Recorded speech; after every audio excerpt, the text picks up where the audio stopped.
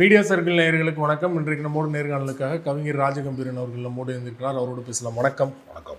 கவின் ஆணவ படுகொலை செய்யப்பட்டு கிட்டத்தட்ட 4 நாட்கள் ஆயிடுச்சு. மருத்துவமனையிலிருந்து அவருடைய உடலை வாங்க மறுத்திருக்காங்க அவருடைய பெற்றோர். கொலைகாரனான சுர்ஜித்துடைய அப்பா அம்மா 2 பேரையும் கைது செய்யணும் அப்படிங்கிறது அவங்களுடைய கோரிக்கை. அப்பாவை கைது பண்ணிட்டாங்க, நம்ம அம்மா இதுவரை கைது பண்ணல. இந்த சூழலில் அந்த பெண் சுபாஷினி இப்போது நம்ம பேசிகிட்டு இருக்க வேளையில் ஒரு வீடியோ வெளியிட்டிருக்காங்க. அந்த வீடியோவில் கவினும் நானும் காதலித்தோம், எங்களுக்குள்ளே என்ன நடந்ததுன்னு எங்களுக்கு தான் தெரியும், வெளியிலேருந்து நீங்கள் ஏன் நிறைய விஷயங்கள் பேசுகிறீங்க, எங்கள் அப்பா அம்மா 2 பேருக்குமே பார்த்தீங்கன்னா இந்த கொலைக்கு சம்மந்தம் இல்லை அப்படின்னு சொல்லியிருக்காங்க. இந்த விஷயங்களை எப்படி பார்க்குறீங்க? அம்மா அப்பா 2 பேருமே காவல்துறையினுடைய எஸ்ஐயாக இருக்கிறாங்க, ஆயுதப்படையினுடைய எஸ்ஐயாக அப்பா இருக்கிறாரு. அவங்க அம்மாவும் ஒரு காவல்துறை அதிகாரியாக இருக்காங்க.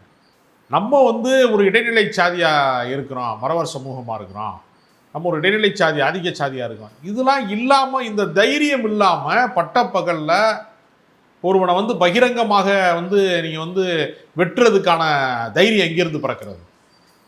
வெட்டியவன் கூலிப்படைனா கூட அது ஒரு பயிற்சி பெற்ற கொலைகாரன், அவன் வெட்டிட்டான்னு நம்ம சொல்லலாம். ஒரு படித்தவன், ஒரு அரசு உத்தியோகத்தில் இருக்கிறவங்க எவ்வளோ சேஃப்டியான லைஃப்பை செட்டில்மெண்ட் பண்ணணும்னு நினைப்பாங்க. 2 பேர் அம்மா அப்பா 2 பேருமே உத்தியோகம் பார்க்குறாங்க. அப்படிங்கிறப்ப அந்த குடும்பத்தை எப்படி பாதுகாக்கணும்னு நினைப்பாங்கங்கிறது நமக்கு தெரியும். அப்போ இது ஒரு எதிர்பாராத ஒரு எமோஷ்னல் மர்டர் மாதிரி நமக்கு தெரியலை. பிளான் பண்ணியிருக்காங்க. ஏன்னா அவங்க தாத்தாவுக்கு உடல்நிலை சரியில்லாததுக்காக வேண்டி வேறெங்கோ வைத்தியம் பார்த்தவரை இங்கே வாங்க நம்ம சரி பண்ணிடுவோம்னு கூப்பிட்டு, அது எப்படி அவர் மருத்துவமனைக்கு அந்த சித்தா டாக்டராக இருக்கக்கூடிய அந்த காதலித்த பெண்ணினுடைய இடத்திற்கு எப்படி மிகச்சரியான நேரத்துக்கு இந்த கொலை செய்வதற்கு காரணமாக இருந்த சுர்ஜித் மிகச்சரியான நேரத்துக்கு எப்படி வர்றாரு? உங்க கூட தனியாக பேசணும் அப்படின்னு கவினை தனியாக அழைத்து வீட்டில் பேசணும் அப்படிங்கிற மாதிரி கூட்டு போய் தான் நம்ப வச்சு அவரை வெட்டியிருக்கிறாரு. அப்போ வருகிற போதே பைக்கில் அதுக்கான அந்த கத்தி, கொலை செய்வதற்கான எல்லா கருவி, எல்லா செட்டப்போட தான் அவர் வந்திருக்கிறார். அப்போ இது திட்டமிடாத மரணம், நம்ம திட்டமிடாத ஒரு கொலைன்னு இதை சொல்ல முடியாது. பக்கா பிளான் பண்ணியிருக்கிறாங்க. இந்த இடத்துக்கு இவர் வர்றாரு, இந்த இடத்துக்கு போனோம்னா அவன் வருவேன், இந்த நேரத்தில் கூப்பிட்டு பேசணும்னா அவன் நம்புவான் அப்படிங்கிறதெல்லாம் இவங்க பேசியிருக்கிறாங்க.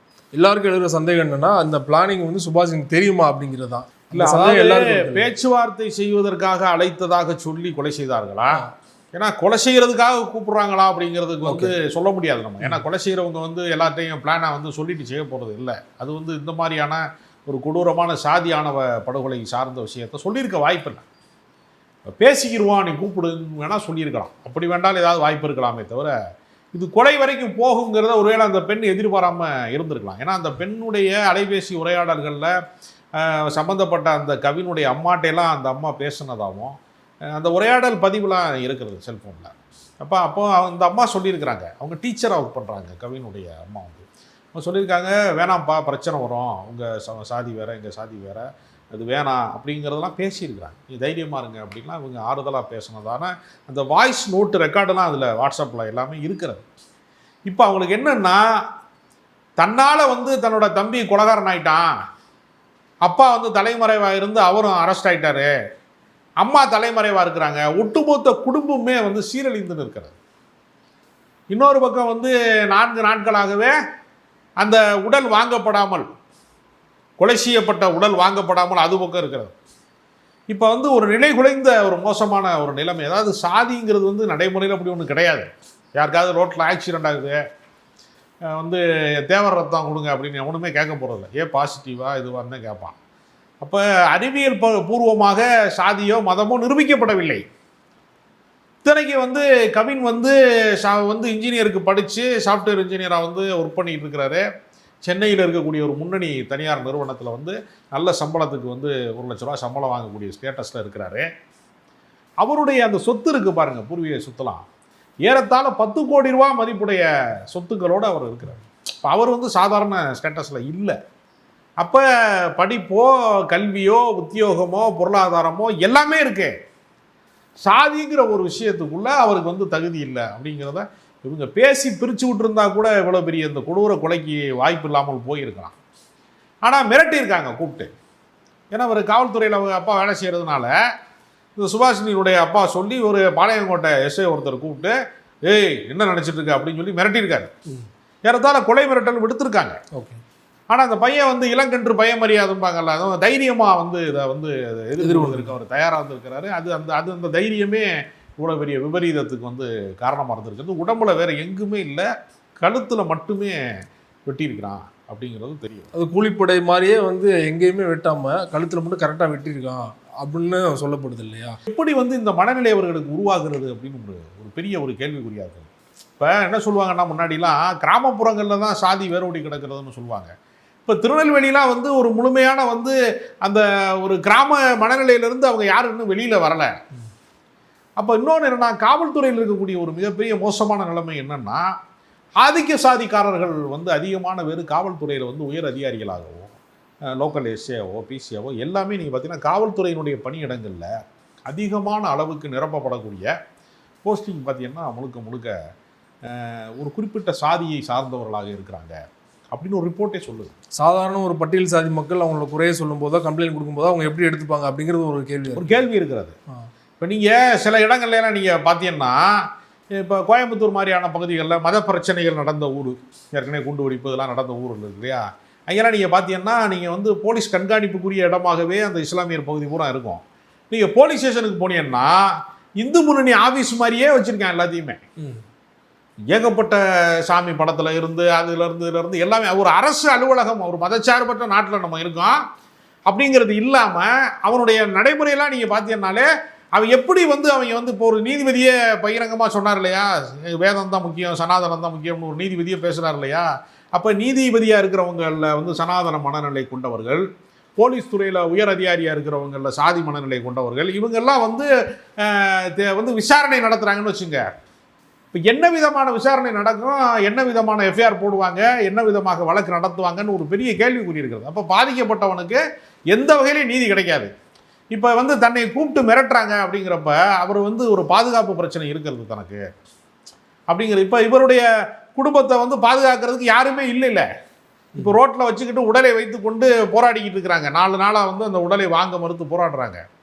இப்போ வந்து இவங்க அம்மாவை அரெஸ்ட் பண்ணாதான், ஏன்னா அவங்களுடைய திட்டம் இல்லாமல் இந்த கொலை நடந்திருக்காரு. நீங்கள் யாரையோ ஒரு கூலிப்படையை ஏவி கொண்டாங்கன்னா கூட அது வந்து ப்ரொஃபஷனல் கில்லராக இருக்கிறவனுடைய கதை வேற. தன்னுடைய சொந்த மகனை எப்படி கொலைகாரனாக்குனாங்கன்னு ஒரு கேள்வி இருக்குல்ல.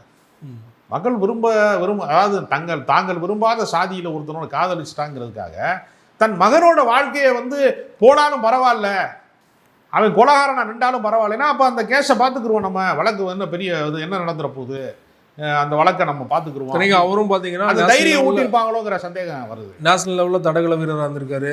அவரோட இன்ஸ்டாவில் பார்த்தீங்கன்னா இந்த ஜாதியை ஊக்குவிக்கிற மாதிரி பாடல்களுக்கு வந்து ரீல்ஸ் போட்டிருக்காரு. அருவாலோடு இருக்கிற மாதிரியே ஒரு 10-15 ஃபோட்டோ இருக்குது. ஸோ இதெல்லாம் வந்து அவங்க அப்பா அம்மாவுக்கு தெரிஞ்சிருக்கும் இல்லையா, பார்த்துருப்பாங்க இல்லையா, ஒன்றும் சந்தேகம் இருக்க வாய்ப்பு இல்லை.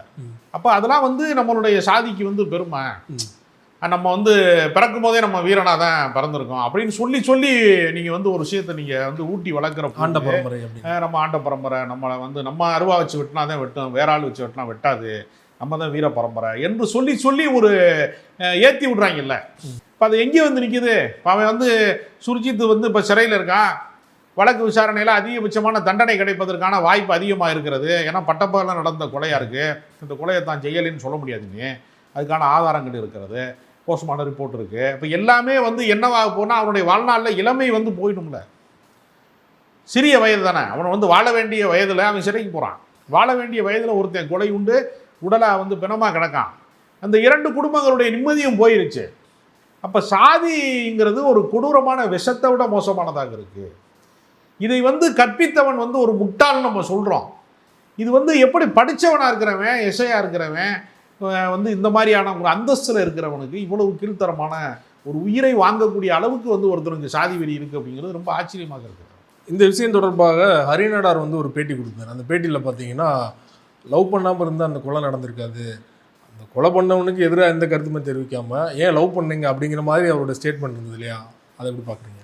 அதாவது கல்லூரியில் படிக்கிற போது, பள்ளிக்கூடங்களில் படிக்கிற போது யாரும் சாதி பார்த்து பழகுவது கிடையாது. இப்போ நம்ம நண்பர்களை பல பேர் அவன் என்ன ஆளுன்னு நமக்கு தெரியாது. நம்ம கேட்பதும் அநாகரிகம் அப்படிங்கிற ஒரு உளவியல்ல எல்லாருமே சகஜமாக பழகுறாங்க. பழகும் போது யாரையோ பிடிக்குது அப்படிங்கிற விஷயத்தில் அது என்ன சாதிங்கிறது தெரியாமலே அவங்க பழக ஆரம்பிச்சிருவாங்க, விரும்ப ஆரம்பிச்சிருவாங்க. ஒரு கட்டத்துக்கு மேலே தெரிய வருகிற போது திடீர்னு அவங்கள விலக வைக்க முடியாது, பிரித்து வைக்க முடியாது. அந்த சிக்கல், ஏன்னா தன்னுடைய அம்மா அப்பா வந்து இதை ஒத்துக்க மாட்டாங்கங்கிறது அந்த பொண்ணுக்கு தெரியாதா? இவ்வளவு மோசமான ஒரு மனநிலை கொண்டவர்கள் என்பது மற்றவர்களுக்கு வெளியில இருக்கவங்களுக்கு தெரியாம இருக்கலாம், அந்த பொண்ணுக்கு தெரியாம இருக்க வாய்ப்பு இல்லை. ஹரியரும் பெருமாள் ஹீரோயின் மாதிரி நினைச்சு ஆமா, தெரியாம இருக்க வாய்ப்பு இல்லை. அவங்களுக்கு தெரியும். அப்போ அதை மீறி வந்து இவங்க வந்து இந்த மாதிரியான ஒரு விபரீதமான இடத்துக்கு போகிற வரைக்கும் அவங்க வந்து காதலிச்சிருக்கிறாங்கிறது உண்மை. அப்போ யாரை காதலிக்கணும்னு ஹரிநாடார் வந்து ஃபிக்ஸ் பண்ண முடியாதுல்ல. உலகத்தில் வந்து இத்தனை மணிக்கு 8:30 மணிக்கு இந்த பஸ் வரும்னு வேணால் சொல்லலாம், 8 மணிக்கு காதல் வரும்னு வேணால் சொல்ல முடியுமா? அவரே வாழ்க்கையில் எப்போ காதல் வரும்னு ஒரு வண்ணத்து பூச்சி எப்போது போய் மலரில் போய் அமருங்கிறது எப்படி தெரியாத? இது ஒரு இயற்கையினுடைய நிகழ்வு. இதை வந்து வெளியில இருந்து யாராவது தீர்மானிக்க முடியுமா? அவரே வேற ஒரு பெண்ணு கூட வந்து தொடர்பு இருக்காரு, அவர் மனைவியே காவல்துறையில் புகார் கொடுத்தாங்க. அதாங்க, அப்போ அவரும் காதல் வசப்படுறாருல்ல. அந்த காதல் முறையானதா இல்லையாங்கிறது வேற. அப்போ அவர்கிட்ட போய் சொல்ல வேண்டியதுனா, நீ முறையான காதல் இருந்திருந்தேன்னா உனக்கு இந்த பிரச்சனை வராது, முறையீடான காதல் இருக்கனால தான் பொண்டாட்டி வந்து நிம்மதி இல்லாமல் இருக்கிறாங்க, குழப்பத்தில் இருக்காங்கன்னு சொன்னால் அவர் கேட்டுக்கு போறா? அப்போ யாருமே இதை வந்து கேட்டுக் கொடுக்குற இடத்துல இல்லை. அவர் தனிநபர் விருப்பம், யார் எதை சாப்பிடணும், யார் எதை உடுத்தணும், யார் யாரோட வந்து நட்பாக இருக்கணும், யாரோட காதலாக இருக்கணுங்கிறத வெளியிலேருந்து ஒரு ஆள் ஆப்ரேட் பண்ண முடியாது. அது ஒரு சைக்காலஜிக்கலாக நமக்கு மனசுக்கு பிடித்தவர்கள் பிடிக்காது. இப்போ சில பேர் சொல்கிறேன் நான் இதை சாப்பிட மாட்டேன் அப்படிங்கிற, அவன்கிட்ட போய் இதை சாப்பிட்டு தான் தீரணும் அப்படின்னு நம்ம சொல்ல முடியாது. ஒவ்வொரு மனிதனுக்கும் ஒரு தனி மனித விருப்பங்கள் இருக்கிறது. அந்த அடிப்படையில் வந்து ஒருத்தருக்கு பிடிக்குது, ஒருத்தரோட காதல் வசப்படுறாங்க அப்படிங்கிறதெல்லாம் பிரிக்க முடியலைங்கிறதுனால தான் அந்த கொலையை நடக்கிறது. பிரிக்க முடிஞ்சாதான் பிரிச்சிருப்பாங்களே. இந்த பொண்ணை வந்து பேசி கன்வின்ஸ் பண்ண முடியலை, அவர்களால் வந்து பிரிக்க முடியல. அதுதான் சிக்கலாக மாறி இருக்கிறது. அதனால் ஹரிநாடார் போன்றவர்கள் பேசுகிற கருத்தெல்லாம் பிற்போக்கானது. இன்றைக்கி இருக்கக்கூடிய நவீன காலத்தில் பல பேர் சொந்த ஊரில் வாழ முடியலை, பல பேர் வந்து அதிகம் படித்தவர்கள் மாநகரங்களில் இருக்கிறாங்க, இன்னும் கூடுதலாக படித்தவங்க வெளிநாட்டில் இருக்கிறாங்க. எங்கள் சின்னம்மா மகன்லாம் ஒருத்தன் போய் வெள்ளைக்காரியை ரஷ்யாக்காரியை கல்யாணம் பண்ணிட்டு வந்துட்டான். அவன் காலு மேலே காலு போட்டு எங்கள் சின்னம்மா முன்னாடி அப்படி சிகரெட்டு குடிச்சிக்கிட்டு இருக்கா, அது என்ன பண்ண முடியும், அது நான் பாரம்பரியமாக வந்தவன் அப்படின்னு அது எங்கள் சித்தி வந்து கதறுது. அப்போ இதெல்லாம் நம்ம என்ன செய்ய முடியும்? அப்போ ஒவ்வொருத்தரும் வேறு வேறு கல்ச்சரில் உருவாகுறாங்க, வேறு வாழ்க்கை முறையில் இருக்கிறாங்க. அதனால் என்னுடைய வாழ்க்கையை நான் தான் தீர்மானிப்பேன் வாழ்க்கையை என்று நம்முடைய குழந்தைகளுக்கே சொல்ல முடியாது. அப்படி சொல்ல நினைத்ததனுடைய விபரீதம் தான் இது மாதிரியான ஆணவ கொலைகள் முடியாது. சுஜித் இந்த கொலையை பண்ணிட்டு வந்து அவர் வருந்துவார் நினைக்கிறீங்களா, இல்லைனா வந்து இந்த கொலையை பண்ணிட்டுமே பெருமைப்படுவார்? ஏன்னா அது கீழே பார்த்தீங்கன்னா கமெண்ட்ஸில் எல்லாமே சுஜித்துக்கு ஆதரவாக நிறைய ஜாதிவாதிகள் வந்து கமெண்ட்ஸ் எழுதிருக்காங்க. இல்லை, தான் செய்தது தவறு என்று அவர்கள் உணர்கிறார்களா இல்லையான்னு நமக்கு தெரியாது. ஆனால் சாதி போதைங்கிறது வந்து நம்ம தான் வசதி, நம்மளை வந்து எப்படா வந்து எங்கள் ஜாதி புள்ள மேலே நீ கை வைப்பா அப்படின்னு சொல்கிறதெல்லாம் இருக்கு இல்லையா? இது வந்து அந்த ஊட்டப்பட்ட விஷம் தான். இது வந்து இறங்குமான்னு நமக்கு தெரியாது. எல்லாருமே ஒவ்வொரு குடும்பமுமே ஜாதி சங்கமாக தானே இருக்கு. ஒவ்வொரு வீடுகளில் என்ன சொல்லி கொடுக்குறான், பெற்றோர்கள்ல இருந்து எல்லாருமே வந்து நம்ம ஆளுக தான் வந்து கரெக்டானவங்க, மிச்சவங்கெல்லாம் சரியாக வந்து குளிக்க மாட்டாங்க, அவங்கெல்லாம் வந்து நாகரிகம் இல்லாதவங்க, அவங்க வீடுகள்லாம் சரியாக இருக்காது, இப்படியே ஒரு கற்பிதத்தை உருவாக்கி வச்சுருக்க முடியாது. இது ஒரு கற்பனையான ஒரு விஷயம் தானே. இப்போ சாதிங்கிறது அறிவியல் பூர்வமாக நிரூபிக்கப்படாத ஒரு விஷயந்தான். அப்போ அதை வந்து நம்மளுடைய குடும்ப அமைப்புகள் தான் பாதுகாக்கிறது. அந்த சாதி வந்து வெறும் தனிப்பட்ட சமூக அமைப்பாக மட்டும் இல்லாமல் அது ஒரு மதத்தோட தொடர்புடையதாக இருக்குது, அந்த மதம் ஒரு கடவுளோட தொடர்புடையதாக இருக்குது, அந்த கடவுள் புனிதங்களோட தொடர்புடையதாக இருக்குது. இந்த புனிதங்கள்லாம் சேர்ந்து ஒரு மனிதனுடைய வாழ்க்கையை எப்படி சீரழிக்குது? இந்த வயதில் வந்து தலைமறைவாக ஒரு தாய் இருக்கிறாங்கிறது இருக்குல்ல, மகன் குலகாரன் ஆயிட்டான்னு ஒரு தாய் வந்து தலைமறைவாக இருக்காங்கிறது இருக்குல்ல, அது குற்றவாளியாகவே இருந்தாலும் அவங்களுடைய மன உளைச்சல்னு ஒன்று இருக்குல்ல. இப்போ எல்லாருக்குமே இது பாதிப்பு தானே.